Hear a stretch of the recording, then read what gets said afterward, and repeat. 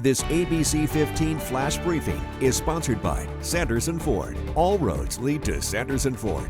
Hey, good morning on a Monday. Nick Soletti with our top stories. New developments in a deadly crash involving a rideshare. We know a woman died and 2 other people were injured after an alleged drunk driver hit that rideshare. This happened near Hayden and Cactus in Scottsdale Friday night. Police say Joshua Grayback was impaired and driving the wrong way when he hit a rideshare car with 3 people inside. The driver, a 60-year-old man and a 58-year-old woman, all went to the hospital, but the woman did not survive. Grayback was later arrested. Now to that electrical fire that displaced 100 guests at a Valley hotel near the I-17 in Dunlop. Officials say the fire started at the Crescent Hotel in a 5th-floor utility room. Crews quickly getting it under control. Thankfully, no one was hurt. Detectives searching for the suspects responsible for a shooting at a Phoenix business that left at least 9 people injured, including a pregnant woman. The gunfire erupting Saturday morning near 19th Avenue and Indian School. Officers say the shooting started after a fight broke out. Police say some of the victims were seriously injured, but everybody is expected to survive. The new year begins with a shift in gas prices. After weeks of drops, prices are up overnight, according to AAA. The national average this morning, $3.21 a gallon for regular unleaded. That's up 11 cents in a week. Arizona prices aren't rising as quickly, with the average at $3.36. That is down 60 cents in a month. A new COVID variant quickly spreading across the country. The CDC says the ABB1.5 variant now makes up 41% of new cases in the U.S.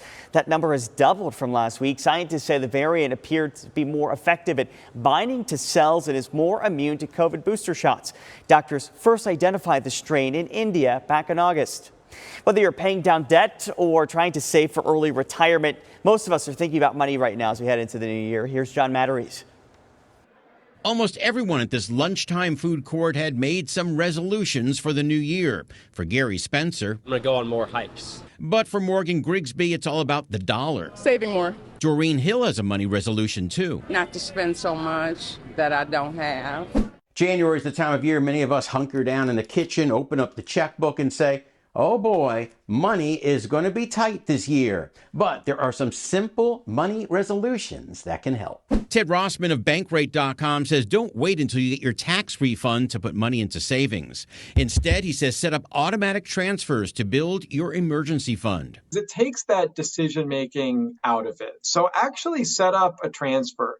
Have money taken out of every paycheck and automatically sent to a dedicated savings account. Plus, Ted says the savings rate is now much more attractive, with online savings rates as high as 4%. This is one of the silver linings to the Fed raising rates. Next, he says look for ways to cut back, starting with monthly subscriptions you don't use, like TV streaming services you barely ever watch. If it's something that you're not really benefiting from, canceling that has 12 times the annual impact. To pay down debt, Ted suggests applying for a 0% balance transfer card, which could provide a temporary break from high interest charges. I say don't make any more purchases on the card. Just divide what you owe by the number of months in that term. Try to stick to it. Those cards include the Wells Fargo Reflect, the Citi Simplicity Card, and the Bank AmeriCard.